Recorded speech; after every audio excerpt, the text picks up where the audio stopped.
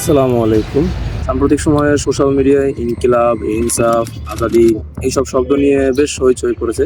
আমাদের জ্বালানি মন্ত্রী ওনার অনেক আপত্তি আছে এইসব শব্দে।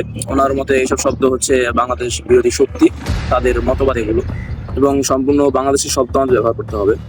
এই যে আজকালকার ছেলেপেলেরা ইনকলাব অন্য দিকের ভাষা, যারা আমাদের ভাষা কেড়ে নিতে চেয়েছিল।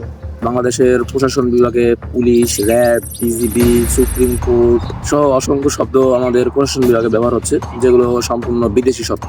ব্যাংকিং খাতে সেখানে বাংলাদেশ ব্যাংক, সরকার, দপ্তর, আইন, আদালত এই সকল শব্দগুলো হচ্ছে আরবি এবং ফার্সি শব্দ।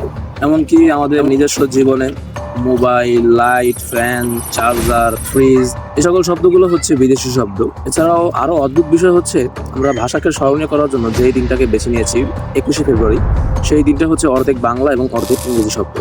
আরো অবাক করা বিষয় হচ্ছে, যেই ব্যক্তি এই শব্দগুলো নিয়ে আপত্তি করেছেন তার সম্পূর্ণ নামটাই হচ্ছে বিদেশি শব্দ, ইকবাল হাসান মাহমুদ টুকু, যেটি সম্পূর্ণ বিদেশি শব্দ। তো এত বিদেশি শব্দ ব্যবহার করার পরও তার কোনো জায়গায় কোনো আপত্তি নেই।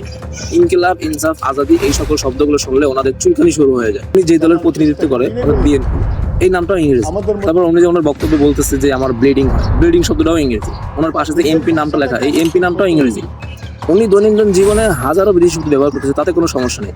ওনার সমস্যা হচ্ছে এই ইনকিলাব, ইনসাফ আর আজাদি, মানে ফাইজলামি শুরু করছে ওনার। একটা ভাষা হচ্ছে কিছুটা নদীর স্রোতের মতো, যেখানে ডান বাম দিক থেকে অসংখ্য স্রোত এসে মিলিত হবে, তাই বলে কি স্রোত থেমে যায়? ভাষা হলো একটি মুক্ত কোষ, যেখান থেকে মানুষ তার নিজের ইচ্ছা এবং সুবিধা অনুযায়ী মানুষ শব্দ ব্যবহার করতে পারে।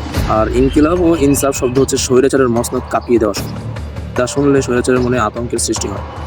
দেশের কিছু তথাকথিত বাঙ্গু সুশীল এলিটদের জন্য আমার কাছে একটি খাঁটি বাংলা শব্দ আছে, সেই শব্দটি হচ্ছে চুদলিংপং।